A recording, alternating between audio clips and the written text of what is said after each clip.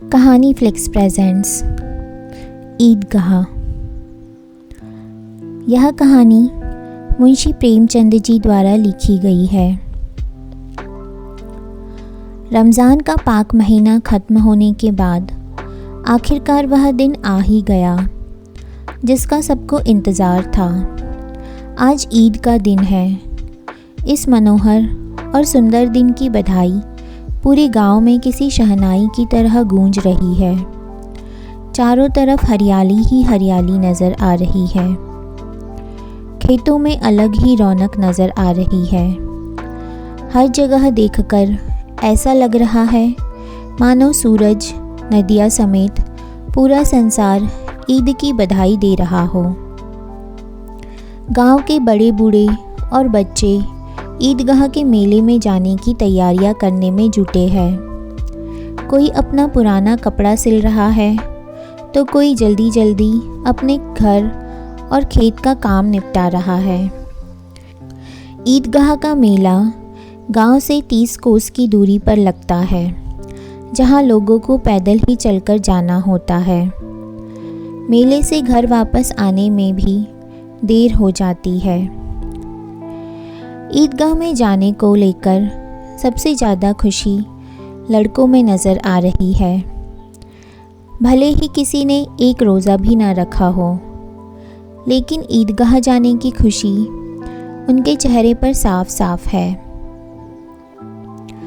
पूरे महीने ये लड़के इस दिन का बेसब्री से इंतज़ार करते हैं। इन लड़कों को घर की परेशानियों से कोई वास्ता नहीं है। घर में सेवैयाँ बनाने के लिए दूध और शक्कर हो ना हो, इन्हें तो बस सेवैयाँ चाहिए। उन्हें नहीं मालूम कि उनके अब्बू गांव के चौधरी कायम अली के घर भागते हुए जा रहे हैं ताकि उनके घर में आज ईद के दिन चूल्हा जल सके और वह अपने बच्चों को सेवैयाँ खिला सके। यह तो बस ईदगाह जाने की राह देख रहे हैं। एक तरफ बैठा महमूद अपने पैसे गिन रहा है। उसकी जेब से 12 पैसे निकले। महमूद के पास बैठे मोहसिन मियाँ भी अपने पैसे गिनने में लगे हुए हैं। 1 2 3 8 9 15। मोहसिन खुशी से उछलकर पैसों को जेब में रखकर कहता है, इन्हीं अनगिनत पैसों से हम अनगिनत चीज़ें खाएंगे। मेले से ढेर सारे खिलौने, मिठाइयाँ और भी बहुत कुछ खरीद कर लाएंगे। गांव का एक गरीब बच्चा हामिद सबसे ज़्यादा खुश है। हामिद 5 साल का एक दुबला पतला गरीब सूरत वाला लड़का है। हामिद के पिता पिछले ही साल हैजे से मर गए थे। उसकी माँ का शरीर भी पीला पड़ गया था, जिसके बाद वह भी इस दुनिया से चल बसी। गांव में यह किसी को नहीं पता था कि हामिद की अम्मी के शरीर का रंग पीला क्यों हुआ था। परिवार के नाम पर हामिद के पास एक बूढ़ी दादी थी जिसका नाम था अमीना। अमीना ने हामिद को बताया था कि उसके अब्बा बहुत सारे पैसे कमाने गए हैं और उसकी अम्मी अल्लाह के घर उसके लिए अच्छे अच्छे खिलौने लेने गई है। यह सब सोचकर और दादी की ऐसी बातें सुनकर हामिद बड़ा खुश रहता था। वह कहता, जब उसके अब्बू और अम्मी वापस आएंगे तो ढेर सारे पैसे और खिलौनों से वह मोहसिन, नूरे और सम्मी को चिढ़ाया करेगा। अपनी गरीबी से हामिद और अमीना दोनों ही वाकिफ़ थे। हामिद के पास एक भी जोड़ी जूते नहीं थे। उसके पास सिर्फ एक पुरानी और गंदी टोपी थी। यह सब सोचकर बूढ़ी अमीना अपनी कोठरी में बैठी रो रही थी कि आज ईद के दिन भी उसके घर में खाने के लिए कुछ नहीं है। वह ईद के दिन को कोस रही थी कि जब उसे ऐसे ही अंधेरे में रहना है तो ईद आती ही क्यों है। तभी कोठरी में हामिद आता है और दादी से कहता है, तुम डरो मत, मैं मेले से सबसे पहले आ जाऊंगा। बूढ़ी अमीना परेशान थी कि गांव के सभी बच्चे अपने खालिद के साथ मेले में जा रहे हैं। वह हामिद को अकेला गांव से इतना दूर कैसे भेजे? कहीं वह मेले की भीड़ में खो गया तो वह क्या करेगी? उसके पास जूते भी नहीं हैं। 3 कोस कैसे चलेगा? पैरों में छाले पड़ जाएंगे। उसी दिन अमीना ने गांव के फहीमन के कपड़े सिले थे। बदले में उसे 8 आने पैसे मिले थे, जिनमें से 3 आने उसने हामिद को मेले में घूमने और मिठाई खाने के लिए दिए और बाकी के 5 आने अपने पर्स में रख लिए, ताकि ईद के दिन अगर घर पर धोबन, नाइन, चूड़ीहारिन आए तो वह उन्हें सेवैयाँ खिला सके। कुछ ही देर बाद गांव का एक दल सज धज कर मेले की तरफ निकल पड़ा। मेले के रास्ते में जाते हुए बड़ी बड़ी इमारतें, बगीचे, कॉलेज, क्लब सब दिखाई देने लगे। बच्चों के बीच फुसफुस होने लगी कि क्लब में तरह तरह के खेल होते हैं। यहाँ बड़े बड़े आदमी और मैडम बैट से खेलते हैं। महमूद, अगर हमारी अम्मी बैट पकड़ ले तो अल्लाह कसम उनके हाथ कांपने लगेंगे। मोहसिन, 100 किलो आटा एक बार में पीस डालती है। रोज़ सैकड़ों घड़े पानी भरती है। इतना करने वाली के हाथ कैसे कांपेंगे? किसी अंग्रेजी मैम को बोलो 1 घड़ा पानी भरने के लिए, तो उनकी आंखों के सामने अंधेरा छा जाएगा। महमूद, लेकिन हमारी अम्मी दौड़ या उछल कूद तो नहीं कर सकती। मोहसिन, हाँ, उछल कूद नहीं कर सकती, लेकिन गाय पकड़ने के लिए उनसे तेज तो मैं भी नहीं दौड़ सकता हूँ। आगे उन्हें हलवाइयों की दुकान मिली। मोहसिन ने कहा, अब्बा ने बताया था कि रात को जिन आते हैं जो दुकानों पर बची हुई सारी मिठाइयाँ खरीद ले जाते हैं और बदले में रुपए पैसे भी देते हैं। हामिद को मोहसिन की बात पर यकीन न आया। उसने पूछा, जिन्ह को रुपए कहाँ से मिलते होंगे? मोहसिन ने बताया, जिन्ह के पास खुद के खजाने हैं, उन्हें भला पैसे रुपयों की क्या कमी होगी? तभी हामिद ने पूछा, क्या जिन बहुत बड़े होते हैं? मोहसिन, हाँ, उनका सिर आसमान के जितना ऊंचा होता है, लेकिन अगर वह चाहे तो एक लोटे में घुसकर बैठ सकते हैं।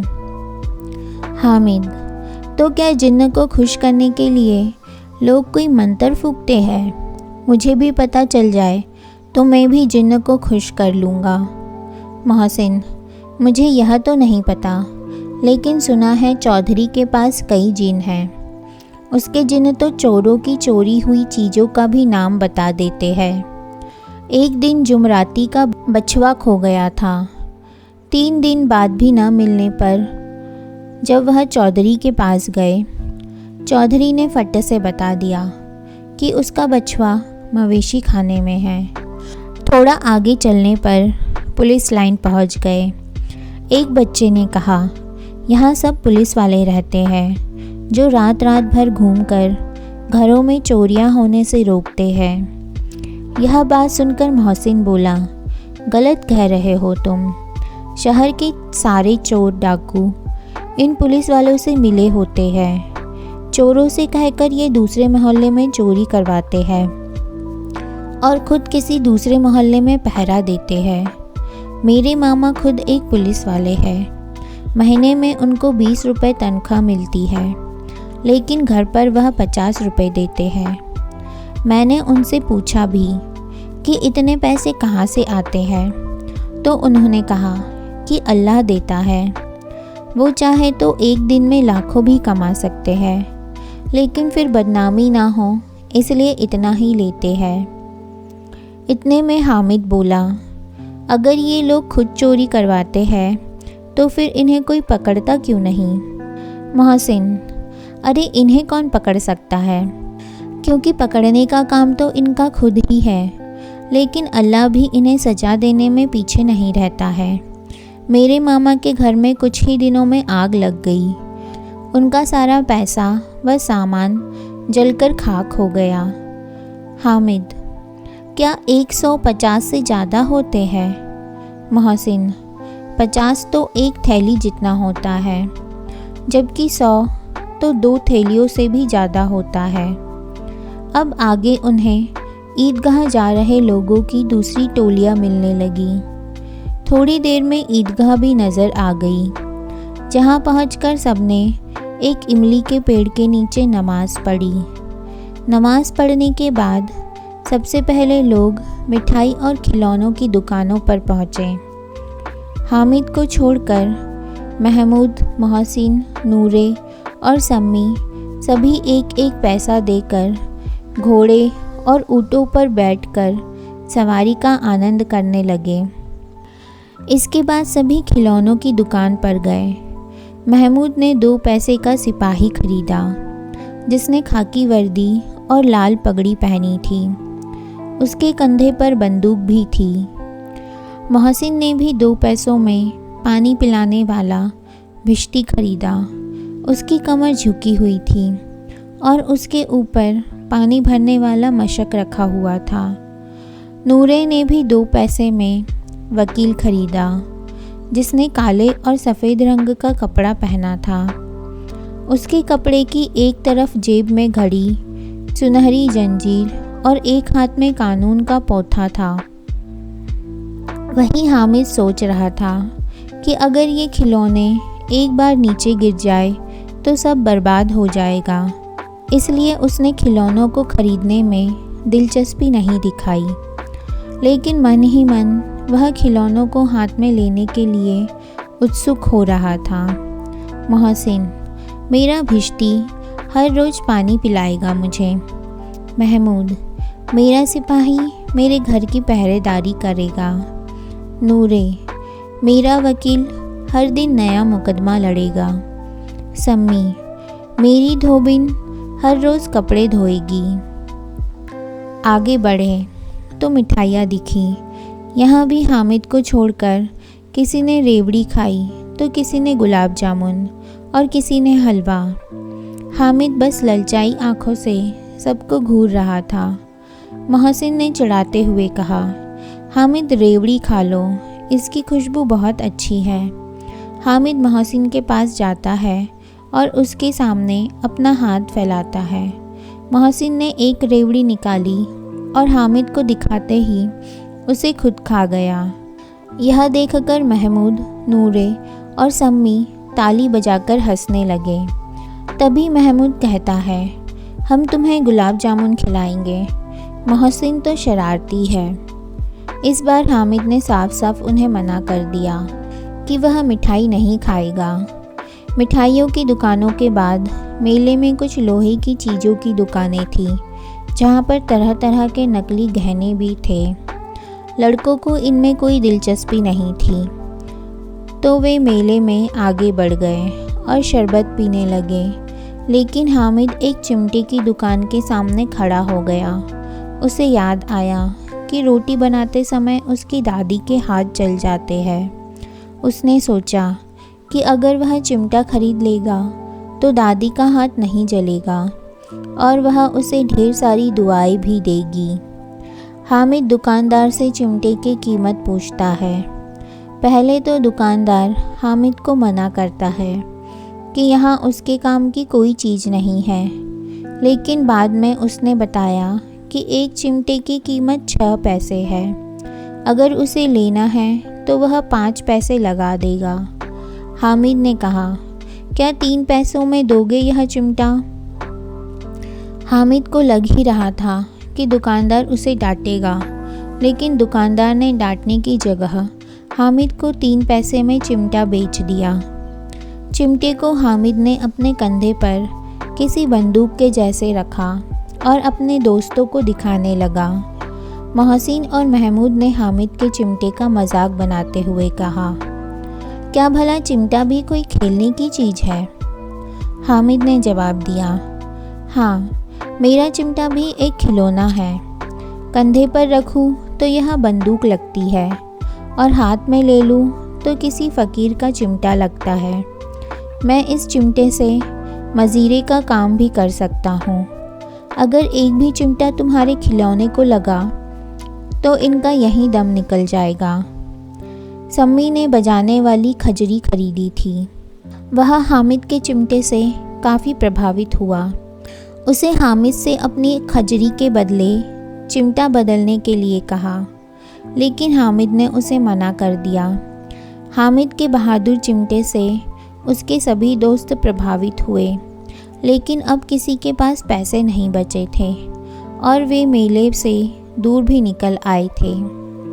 मेले से वापस घर आते समय बच्चों के दो दल बन गए थे। एक दल में मोहसिन, महमूद, सम्मी और नूरे और दूसरे दल में अकेला हामिद। इसके बीच अपने अपने खिलौनों को लेकर बहस होने लगी। तभी मोहसिन ने कहा, हामिद का चिमटा पानी नहीं भर सकता।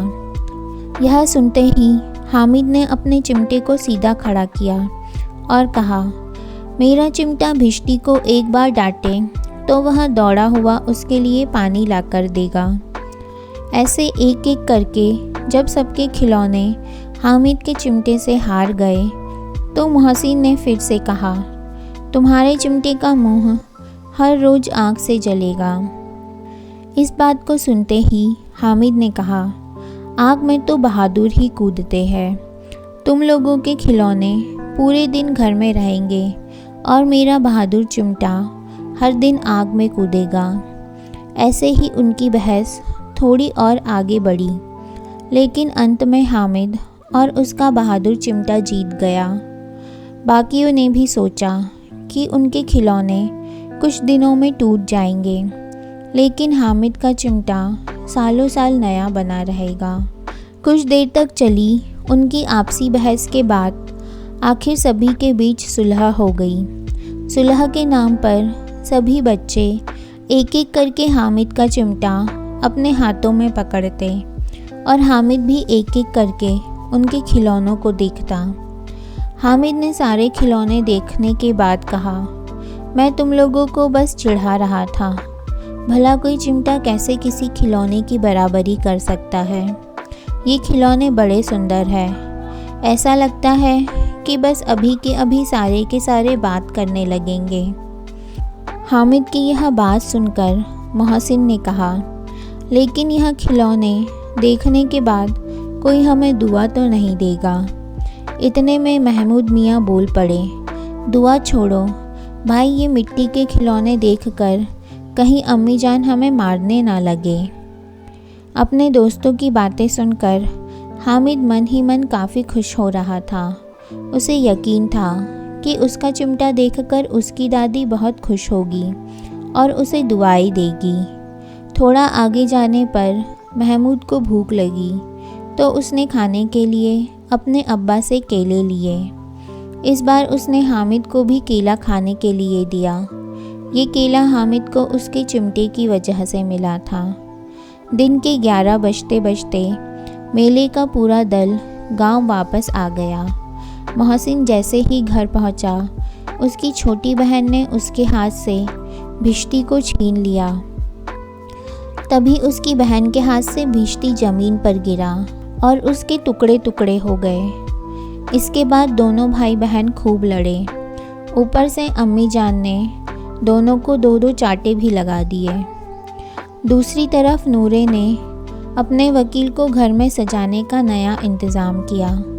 वकील जैसे लोग अब ज़मीन पर तो नहीं बैठ सकते थे, इसलिए नूरे ने दीवार में खुटिया लगाई। फिर उस पर लकड़ी का पटरा रखा। पटरे पर कागज़ के पन्नों से कालीन बिछाया गया। फिर कहीं जाकर उसके ऊपर वकील साहब को बिठाया गया।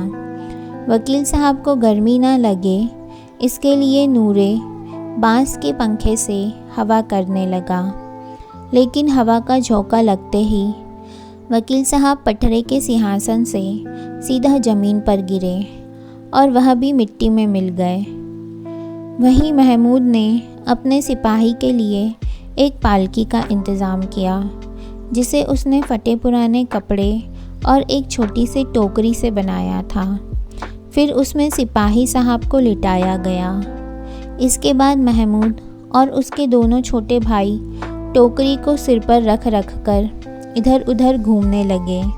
उसके छोटे भाई अपनी तोतली आवाज़ में बोलते, छोने वाले जागते लहो, कहकर पुकारते चले जा रहे थे। अंधेरे का समय था।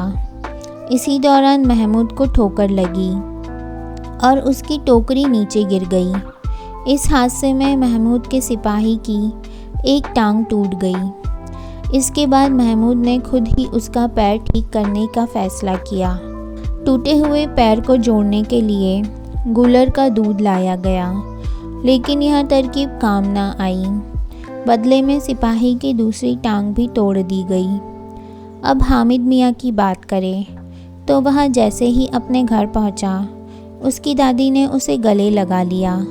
फिर उसके हाथ में चिमटा देखकर बड़ी हैरानी से पूछा, यह चिमटा किसका है? हामिद, मैंने मेले से ख़रीदा है। अमीना, कितने पैसे में? हामिद, 3 पैसे में। इतना सुनते ही बूढ़ी अमीना छाती पीटते हुए रोने लगी।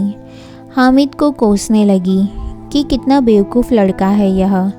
दिन भर कुछ खाया पिया नहीं और मेले में जाकर सारे पैसों से यह चिमटा खरीद लाया है।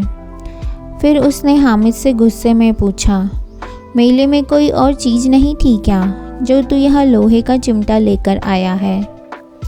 हामिद ने उदास मन से कहा, रोटियां बनाते हुए तुम्हारी उंगलियां जल जाती थी, इसलिए मैंने यह चिमटा खरीद लिया। हामिद की यह बात सुनकर बूढ़ी अमीना एकदम से चुप हो गई। उसके पास छोटे नादान बच्चे को कहने के लिए कोई शब्द नहीं थे। वह बस हामिद के त्याग और प्यार की भावना को देखकर हैरान थी। मन ही मन सोच रही थी कि मेले में न जाने कितने खिलौने रहे होंगे, 1000 रंग बिरंगी मिठाइयाँ होगी।